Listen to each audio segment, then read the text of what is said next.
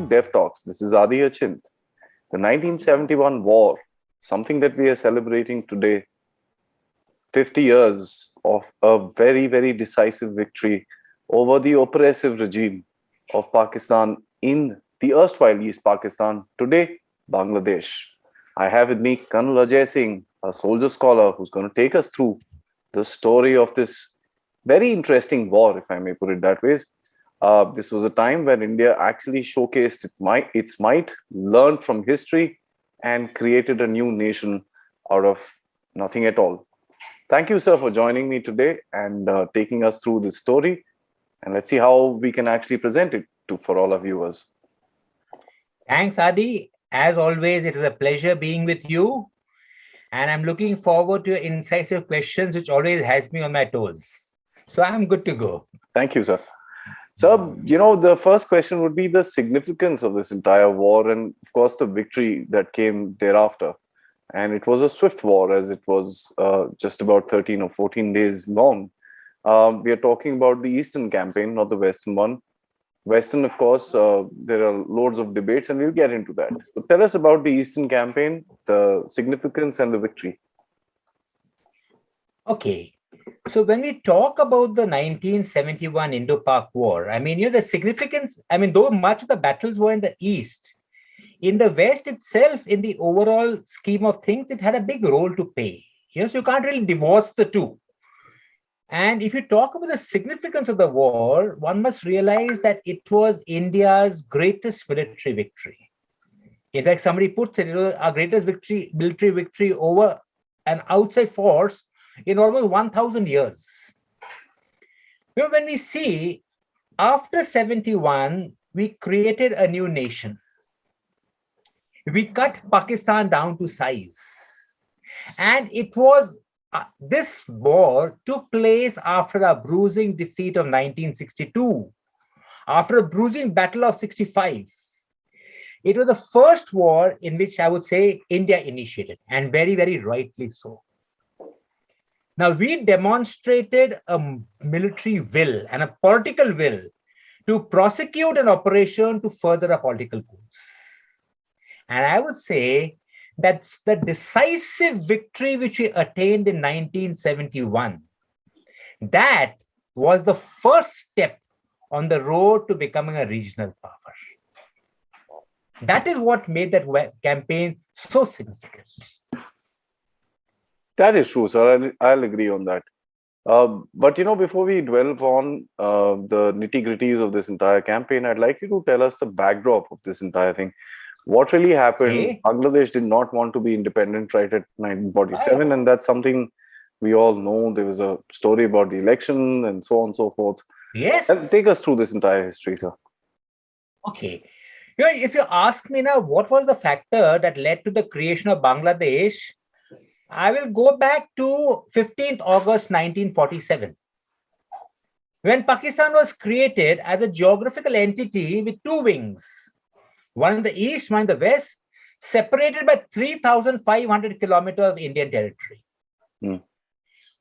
It had nothing in common. It was bound by religion. Nothing more than that. The Bengalis and the Punjabis and the Pathans of the west, they were different culturally in terms of ethnic identity, everything. And there had been tremendous resentment almost right since the creation itself. It began off when Bengali was not considered to be a national language. It was Urdu which was made a national language.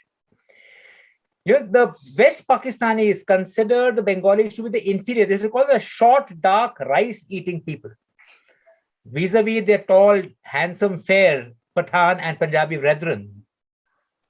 But while things were simmering in the other, and of course, the economic exploitation, all the raw material came from the East, but the gains were being all siphoned off towards the West. The East got very little of it. And you can see it. Look at the way Bangladesh has become a powerhouse after they broke away. But if you take a look at it in the historical flow of events, there are two or three things that happened simultaneously. Firstly, in November 1970, Cyclone Bhola hit Bangladesh. And what was amazing was the callousness of the Pakistani response, the Pakistani government response. That actually, in a way, it shook. Then the other thing was the general elections. If you remember, General Yahya Khan was in power and he announced general elections in which Zulfikar Ali Bhutto's PPP and the Awami League of Mujibur Rahman were the main contenders. Now, surprise of surprise, Sheikh Mujibur Rahman won every seat. The Awami won every seat in the east and a few seats in the west, which gave them an overall majority. What it implied was Mujibur Rahman's Awami League would become the prime minister of both wings of Pakistan. Let me put it as it existed then. Now, for the military and the political elite, that was unacceptable. So Yahya Khan promptly declared those results null and void. He imprisoned Mujibur Rahman on some trumped-up charges.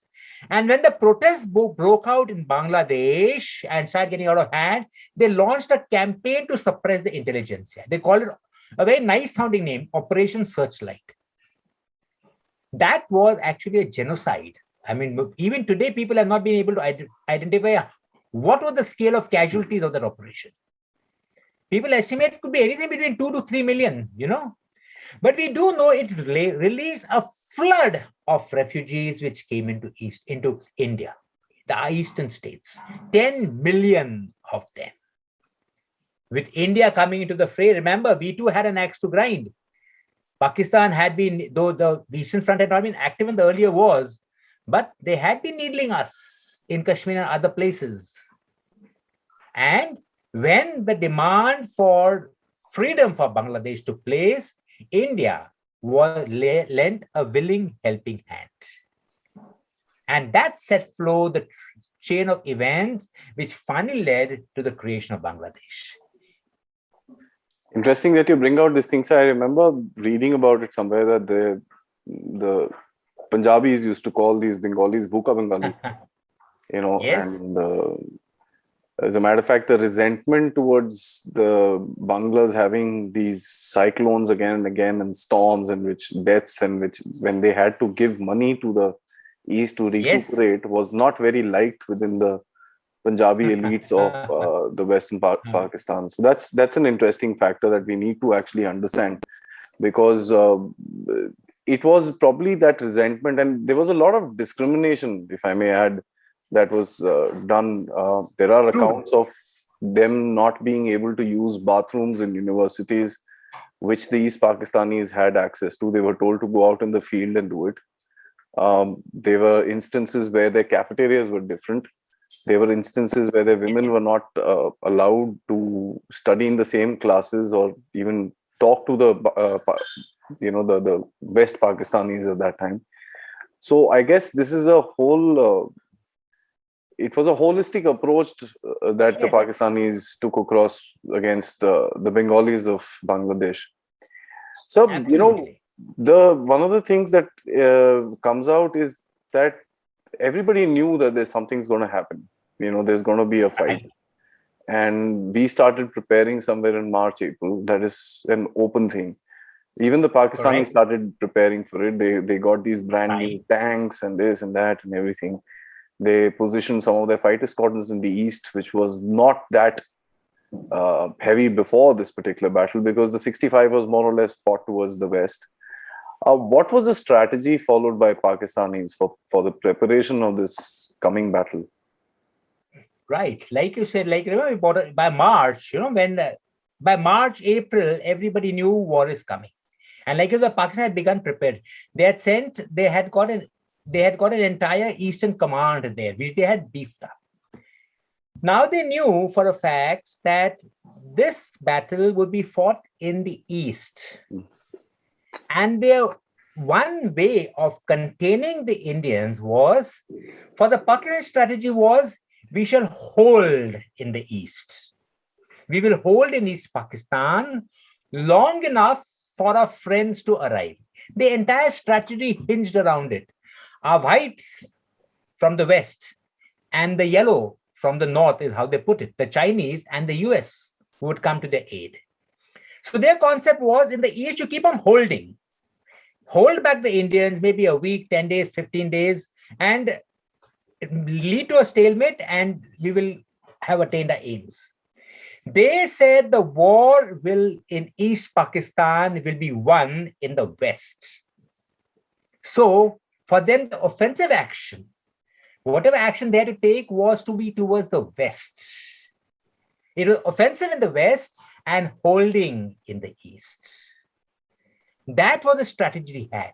And how they planned it out was, even within the East, General A.K. Niazi, Abdul Niazi, I wonder if he is the relation of the present Prime Minister, Imran Khan Niazi. I will not make any wisecrack of meeting the same fate, but anyway, all the same, his policy was, he had a series of, all the approaches leading to Bangladesh. All the towns along the border, they were converted into fortresses. They had large garrisons holding on to it. They had fortified it heavily. In fact, one of the tricks they had done was, they had taken massive blocks, cement bags, and placed it at key crossroads and things like this, and let it rain, let it get wet overnight in the rain. It will rain so heavily in Bangladesh. And they should solidify it to form bunkers. Now, these fortresses were stocked. They could have held on for six months had they chose to stay and fight. They developed that fortress. But as we have a saying in the army, when you fight in a fortress, you develop a fortress mentality. And perhaps, honestly, at this point of time, I think that was a good strategy to adopt, had they pursued it well enough. But as circumstances proved otherwise, it fell flat on their face when the Indian armies moved. That is, I think, one of the biggest mistakes that they made.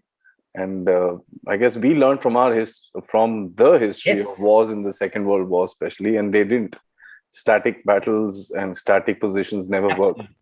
And I think this is one of the mistakes that the Chinese are also making by putting up these villages, unrelated discussion, but these so-called permanent defenses. So it's going to be interesting. We spoke about them being related. Well, it's not the blood relation, but they come from the same tribe. Family. The Pashtun Niazi tribe. So it's a similar, well, their tribesmen call each other brothers, so you can probably, infer what you would like to infer out of that. When the start of the war was very interesting. But before that, a lot of things happened from Indian side as well. I mean, there are interviews of Field Marshal Sam Manekshaw talking about it. There are interviews of General Arora talking about it. There are interviews of many of the leading commanders of all the three forces, as a matter of fact, talking about it. I'd like you to take us through what India actually did. What our preparation was, how did we prepare? Right. Okay.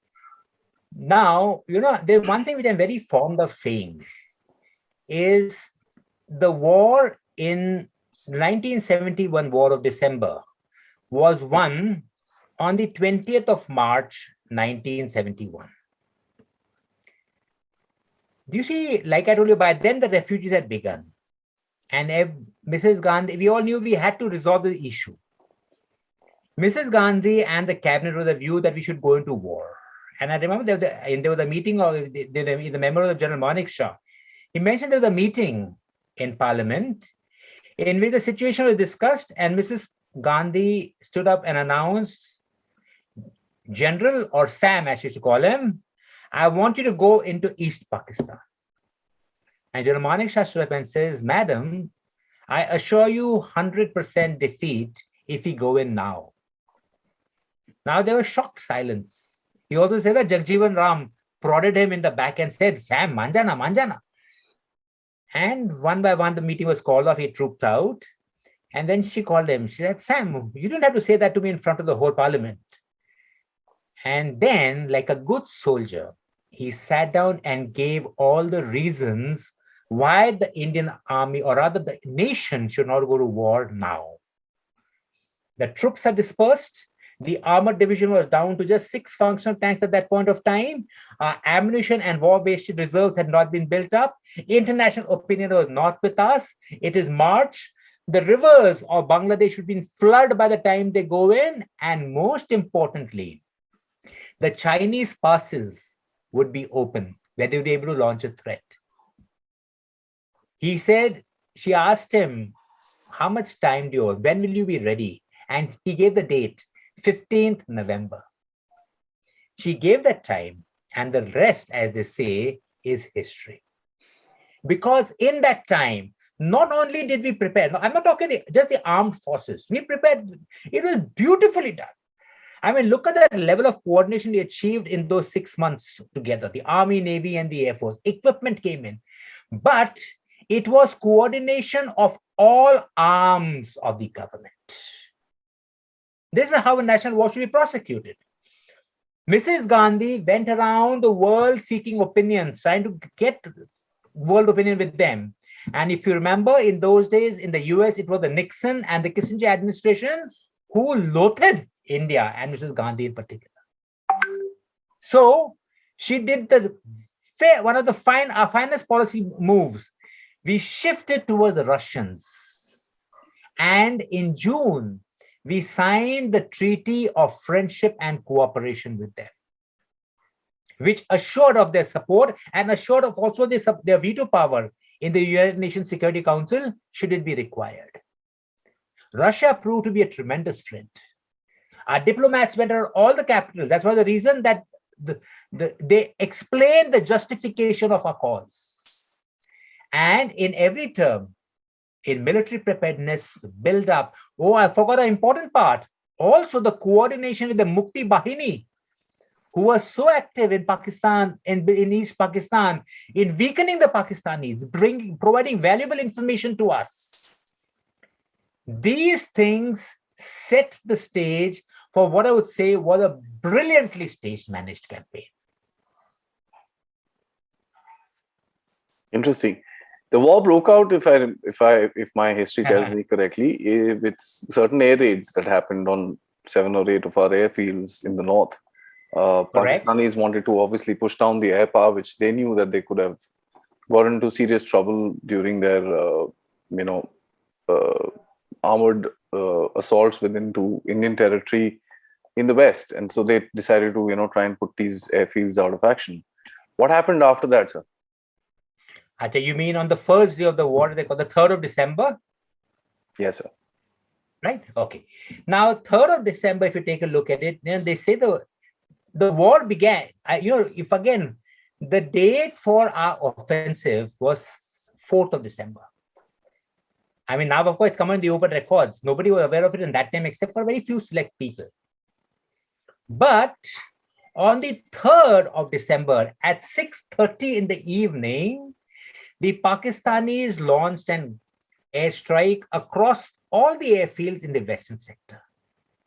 They've given a very grandiose name, Operation Chengiz Khan. And they obviously wanted to emulate the Israelis, who had knocked out the entire Egyptian Air Force on the ground before commencing operations. This operation failed drastically.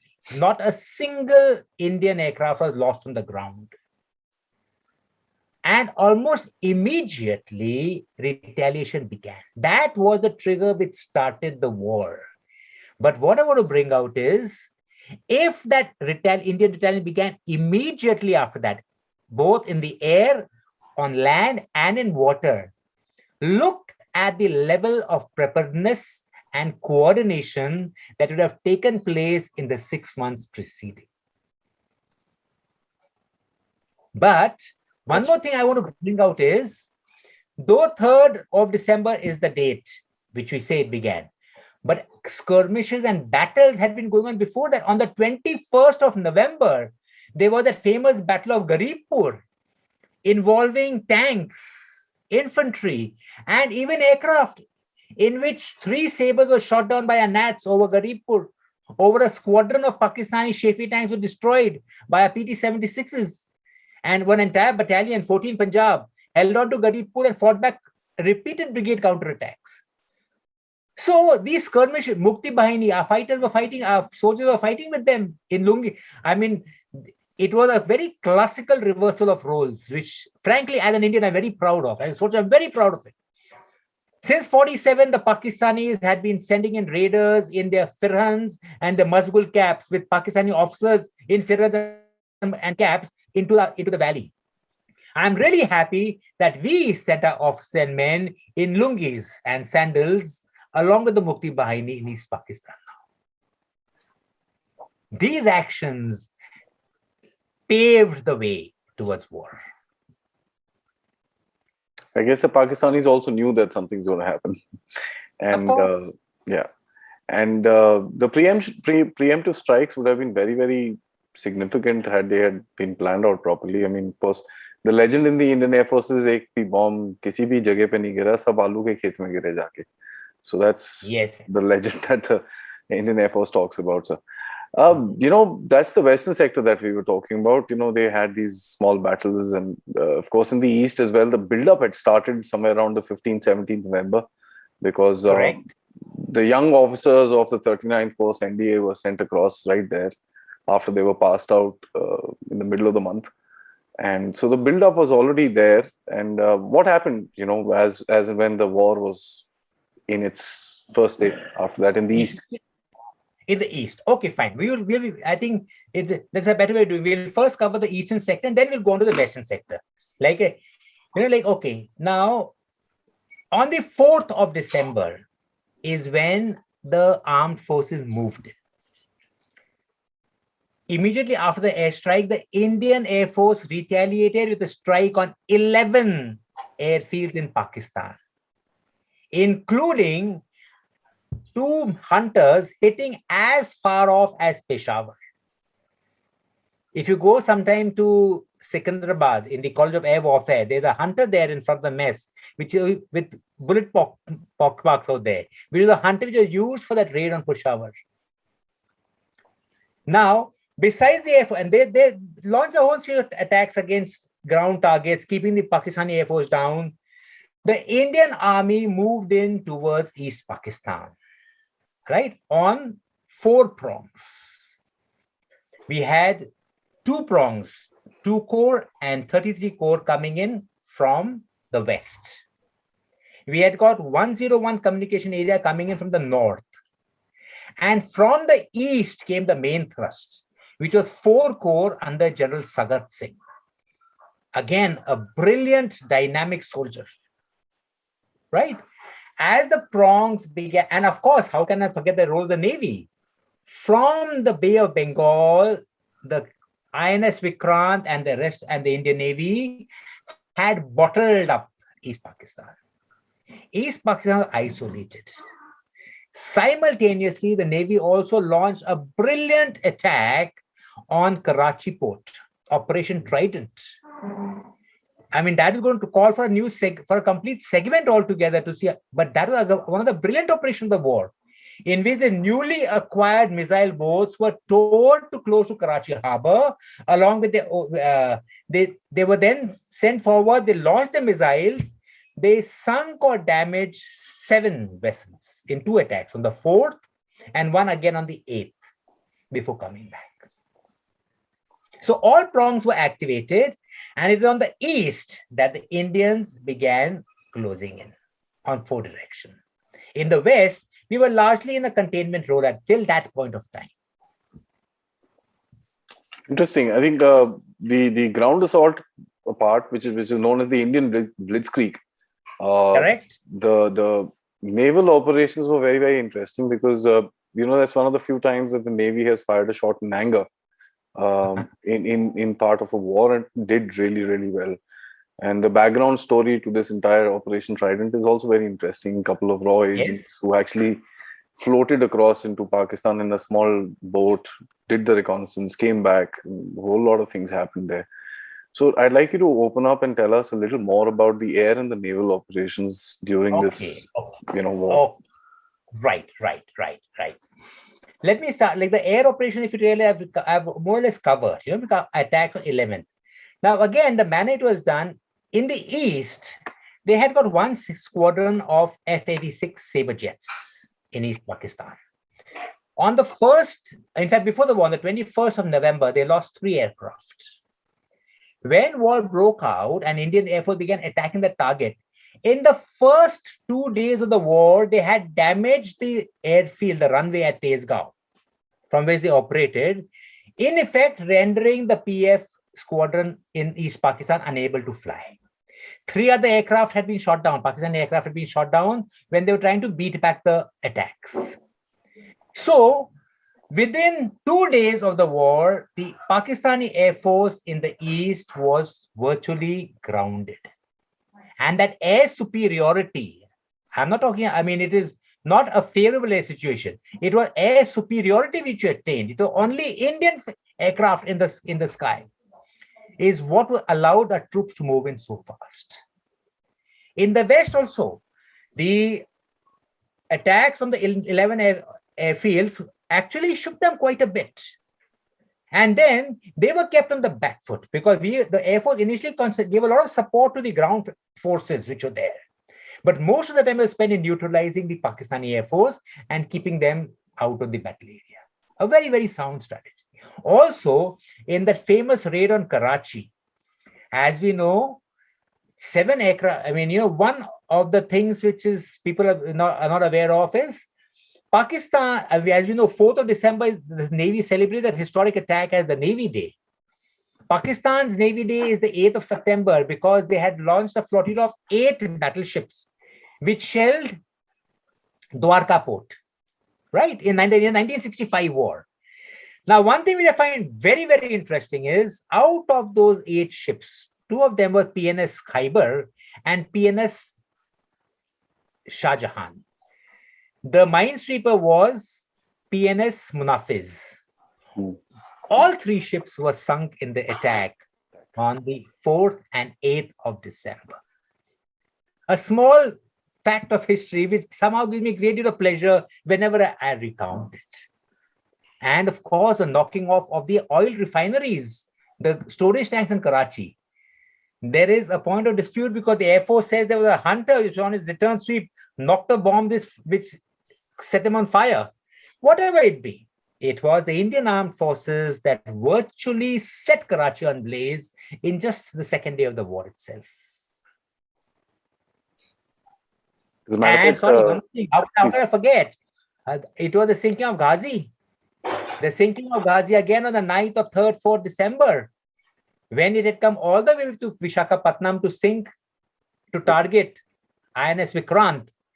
And then it was destroyed off the shores of Visakhapatnam. In fact, in Eastern Naval Command, the propeller is still very prominently, the propeller of Ghazi is still prominently displayed out there. Those successes put us completely in the forefront in all operations. And in fact, as the Navy also goes, barring the unfortunate loss of INS Kukri, it was an unprecedented success. True, sir. Matter of fact, air operations, I'd like to add one of the most significant air operations that pushed back the Pakistanis in the West was obviously the air raids of Longewala conducted by hunters on from the Air Force Station. That time, a forward air base of Jaisalmer. And of course, the Canberra operations that went into Karachi as well, which damaged all the infrastructure in the entire area, and of course, made the fire bigger.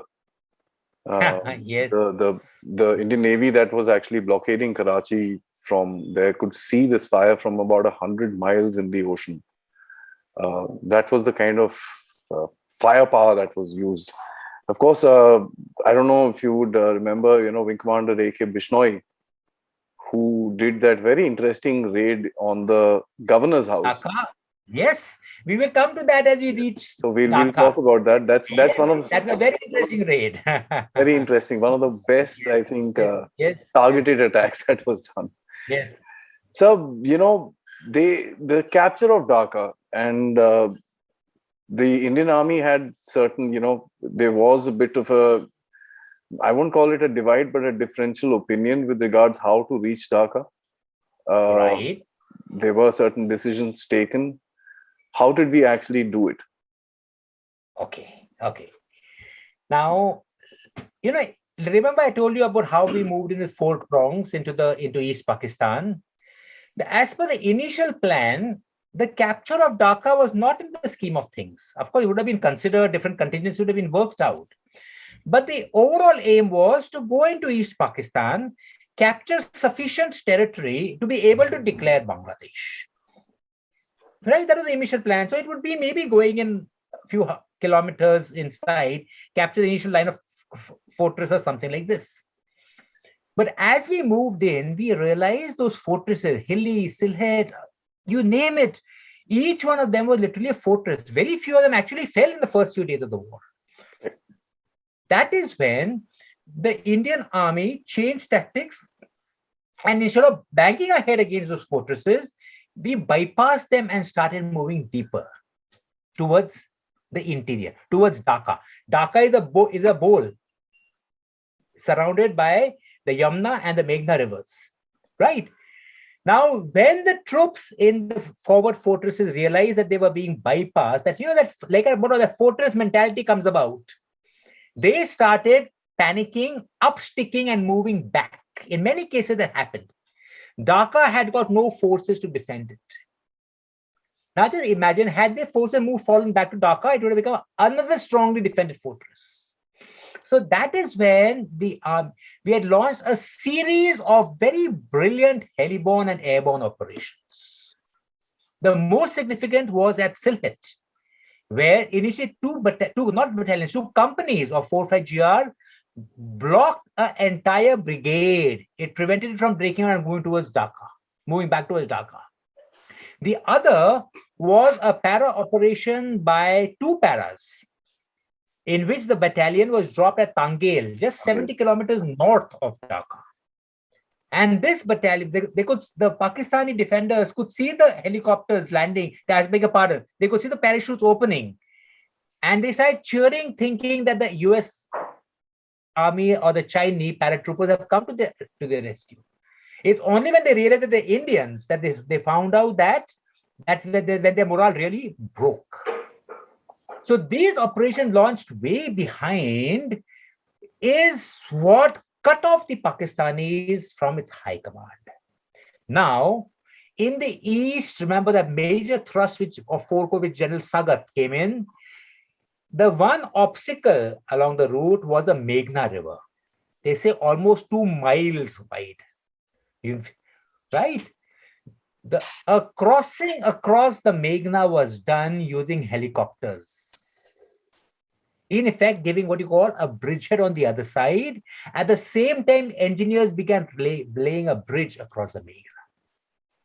What I mean is, we were now within striking distance of Dhaka. We were closing in. And by around the 12th or the 13th, Dhaka was not strongly defended at all. Then I would say our forces were poised to come closer.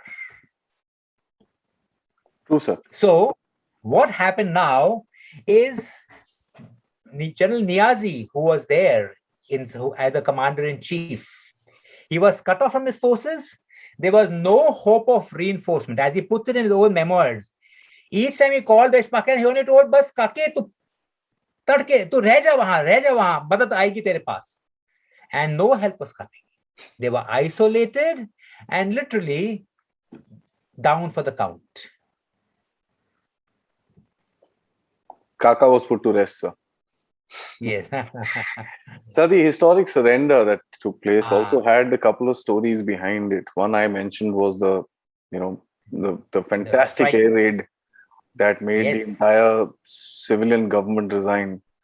That and of course the escapade or the adventure that General JFR Jacob took up on himself. Why don't you tell us the story about that?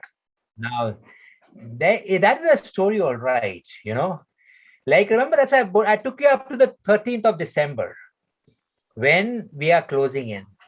Pakistani morale's cracking. Also, but if you take a look at on ground, they had lost very little. Their fortresses were still holding on.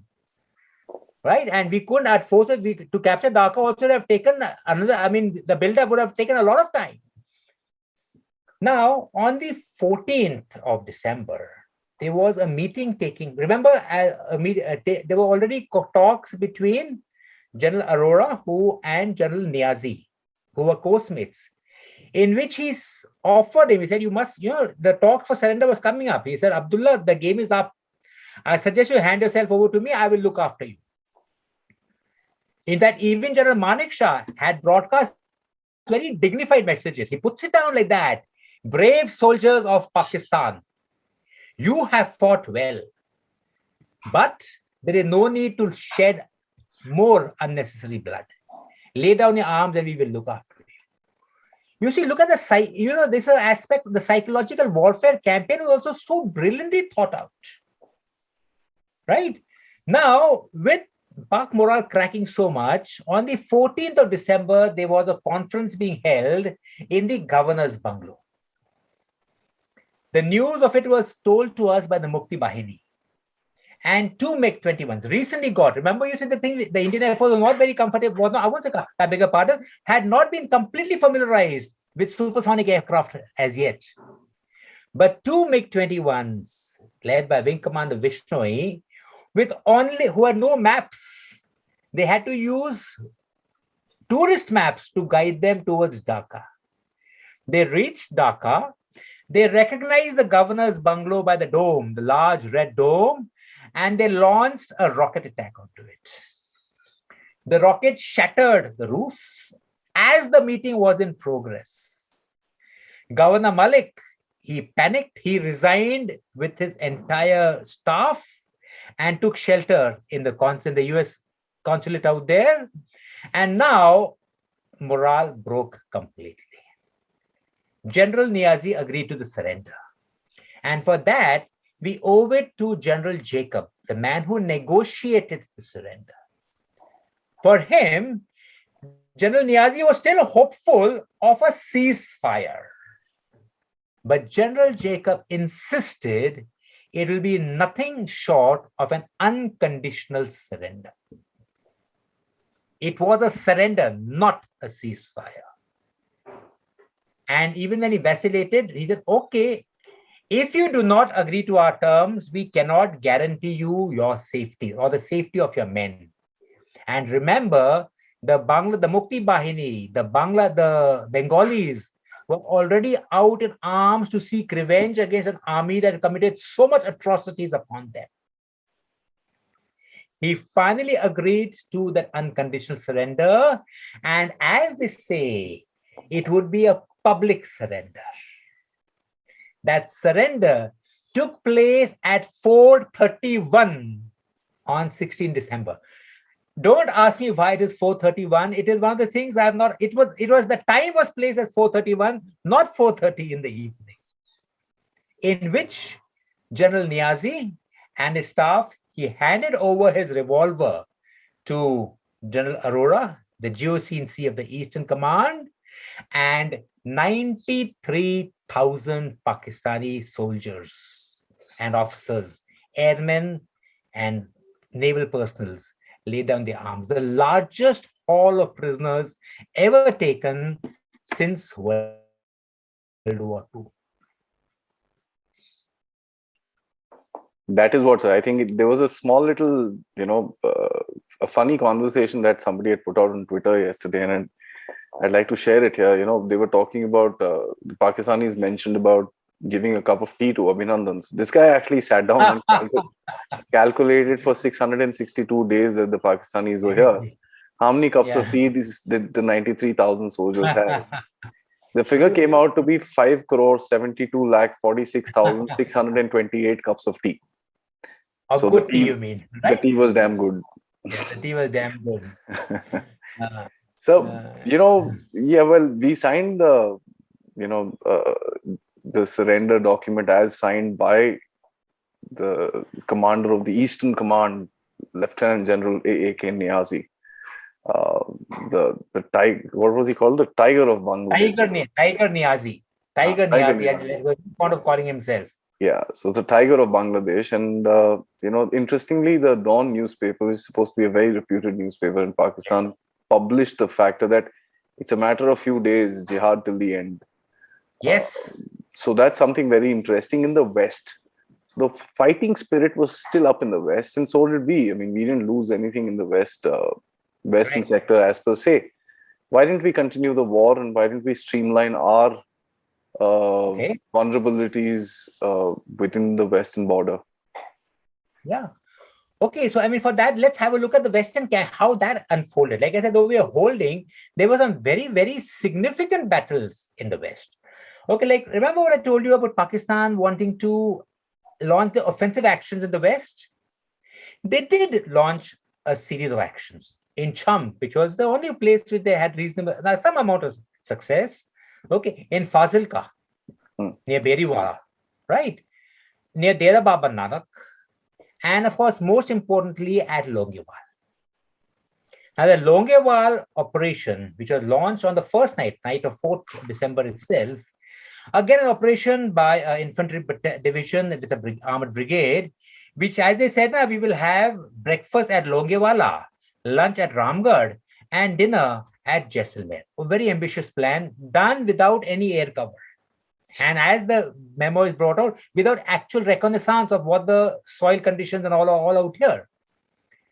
This operation actually, it came to a halt because one company decided to stop and hold on with just maybe a handful of mines strewn ahead of their localities.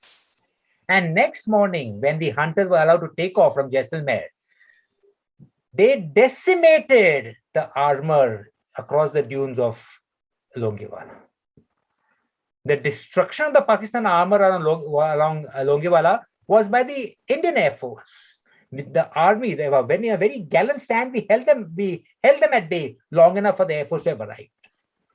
Then, if you take a look at it, even when we say we're on the defensive, you can't be on the defensive all the time. You have to be what you call offensive defense. So the Indian One Corps had launched an attack into Pakistan's Shakargarh Bulge. We had gone 11 kilometers deep. We crossed the Basantar Nala and established a bridgehead out there. A bridgehead which now would give us a base from which we could launch our operations deeper into the Shakargarh Bulge. So the Pakistani attacks to break that bridgehead continued not at the last day, till the last moment of the war.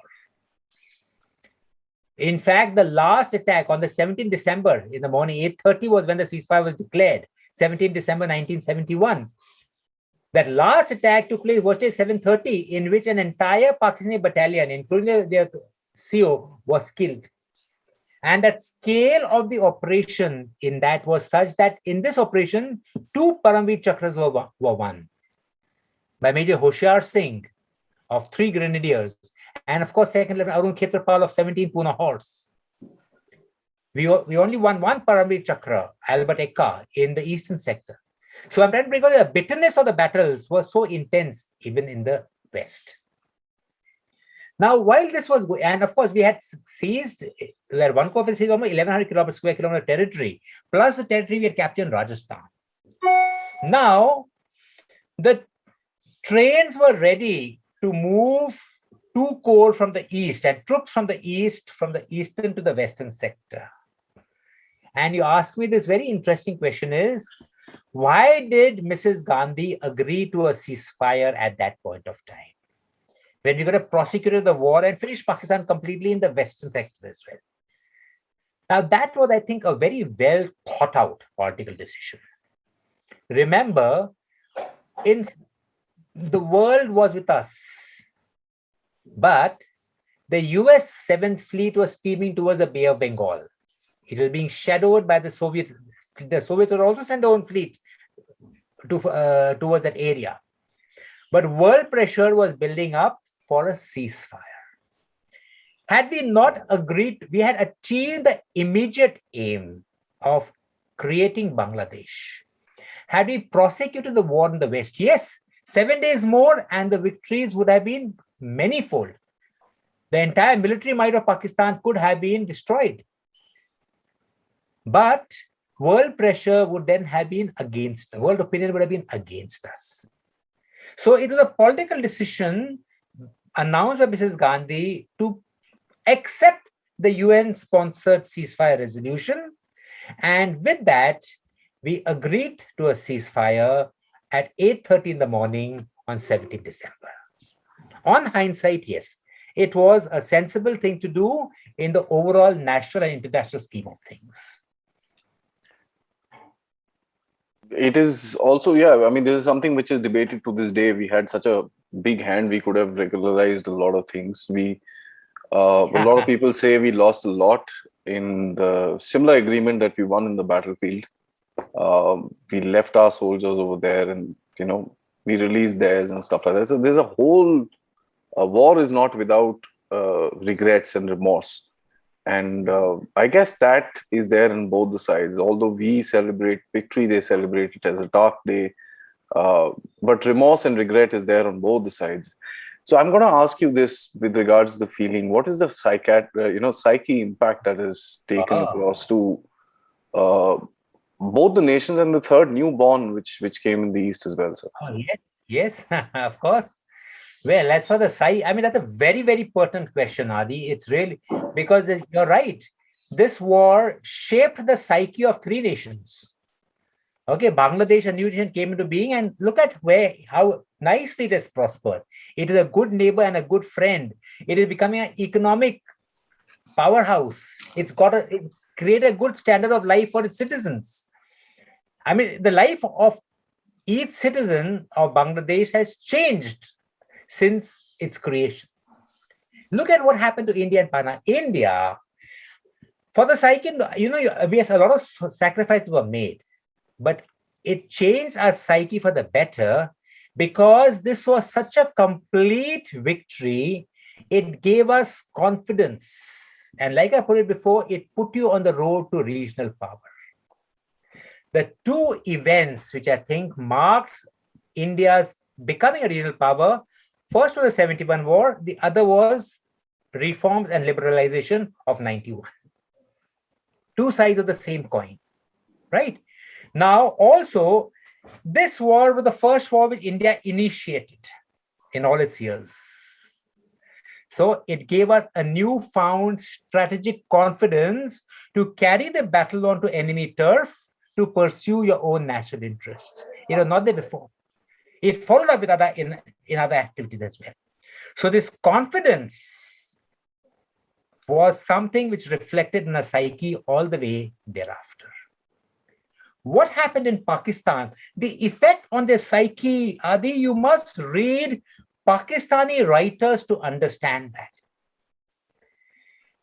There was recently a Pakistani brigadier who wrote on what it did. He was a prisoner of war in India for 2 years. And like he put it, when he went back,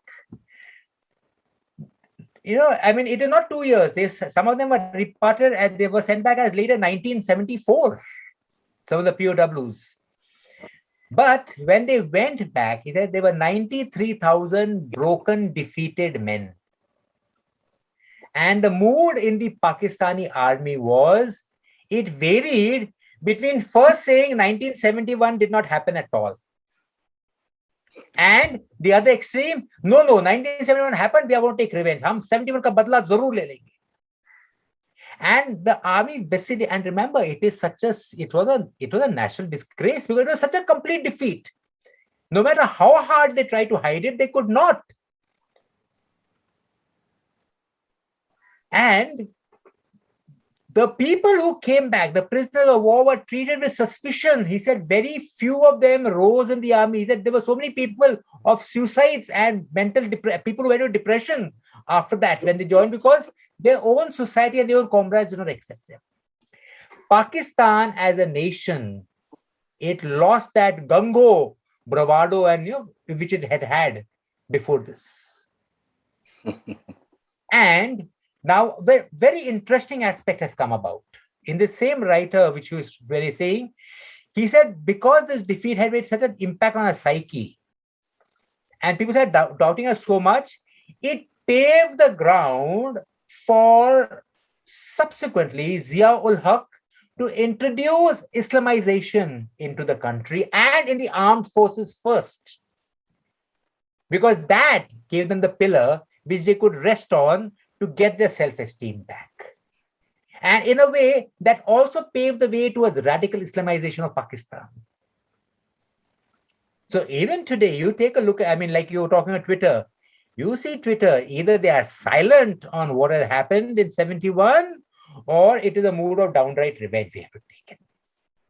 So the psyche of both nations changed completely after this event.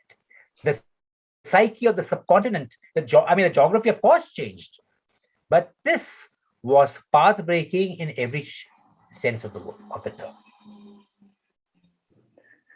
Revenge, of course, and they want to blame, even if a bird falls from the sky, it's probably a sajish from India. So that's something that they've. I think that got developed in their DNA. That everything is done to them by Indians, and TTP, TLP, everything is India's fault. Even when absolutely, I don't think we are even looking their side right now. So it's.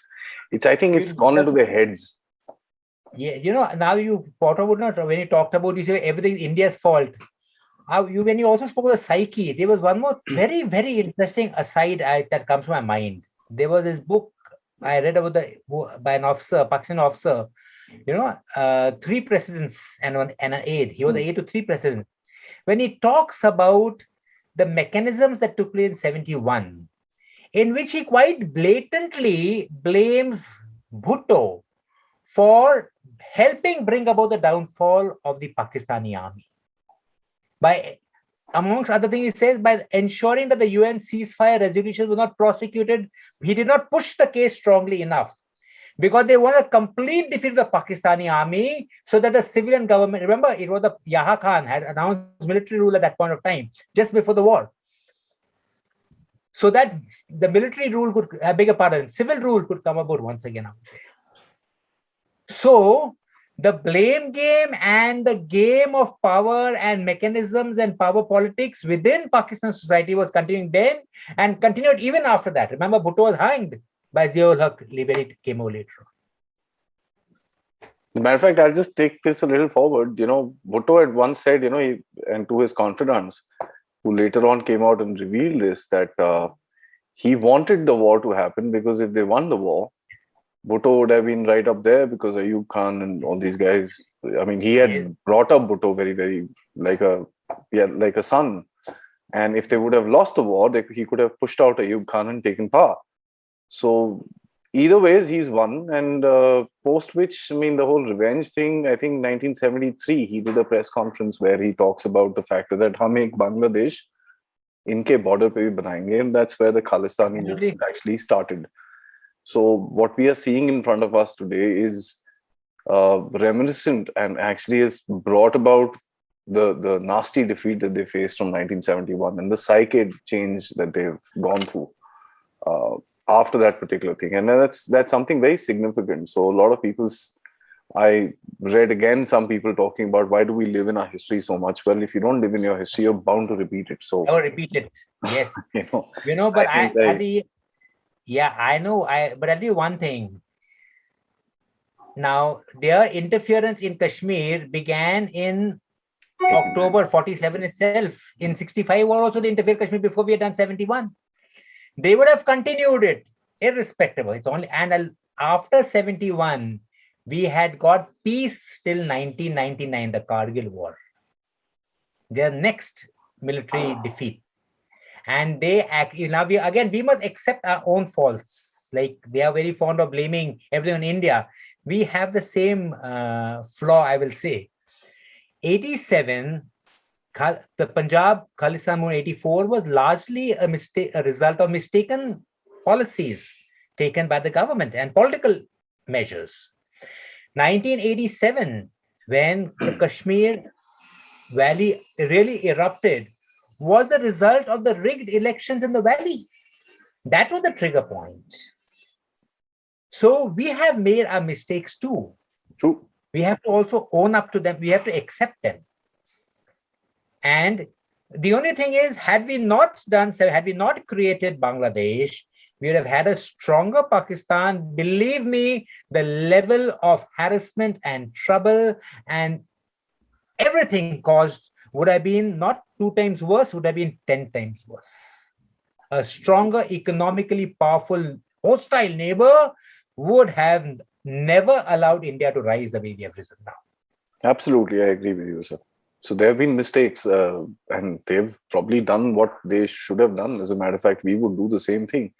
Today, if they have fault lines, I'm sure there is somebody sitting in some office in Delhi trying to poke their finger into it and try and, bring it up even higher. And we can see that with the isolationist position that the Pakistanis are in today.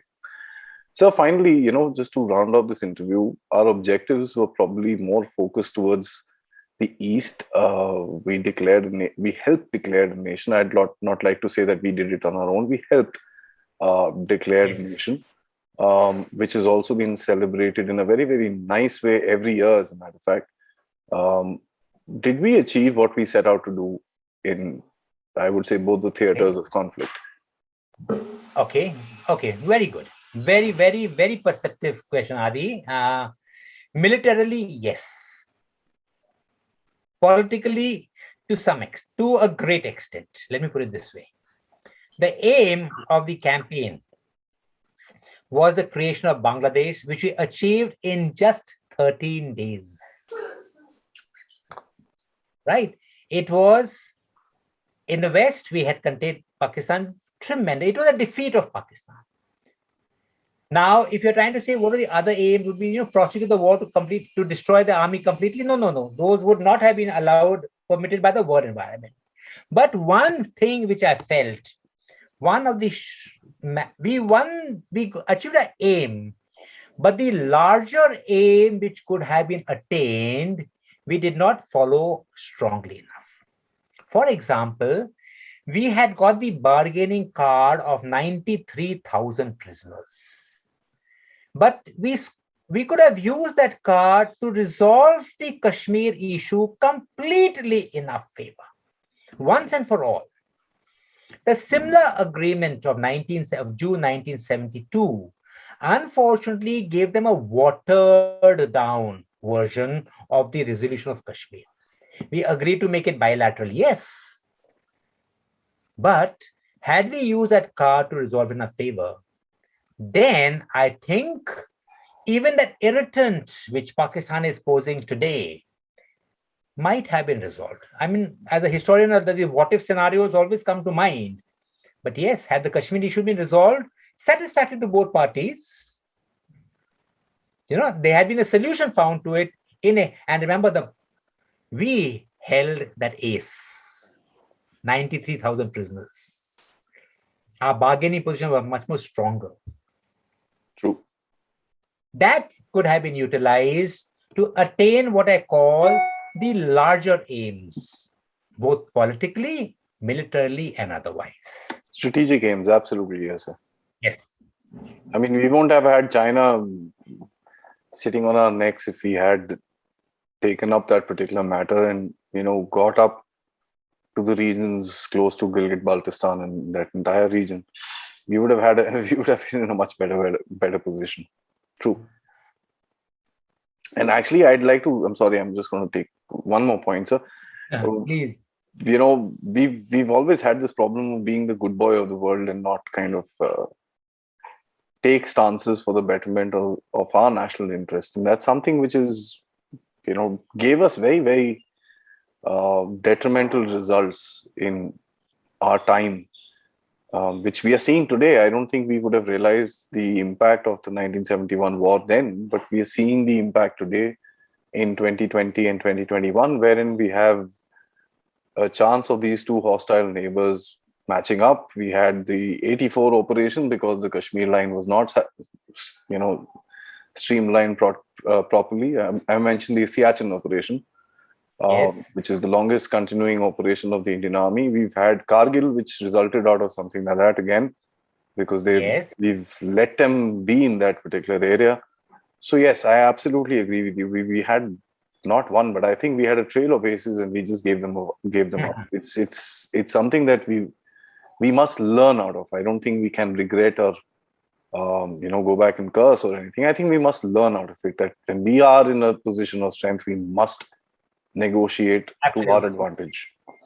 Absolutely. So, insightful discussion as always. A journey through history is always fun when you remember old times and remember, the old soldiers who, I would like to just take this phrase and say, old soldiers never die; they just fade away. A lot of them have faded away. A lot of them are still there with us, to reminisce what we actually went through as a nation, um, being pretty much alone. As a matter of fact, the world powers, except for Russia, was against us. Yes. We still stood our ground and did what we had to. So thank you for taking us through that story of the 1971 war and the birth of our brother in the East, Bangladesh.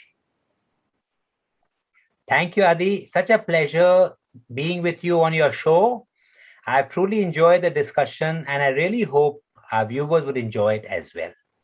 Thank you, sir. Looking forward to the next one now with you. Absolutely. Jai Hind. Jai Hind.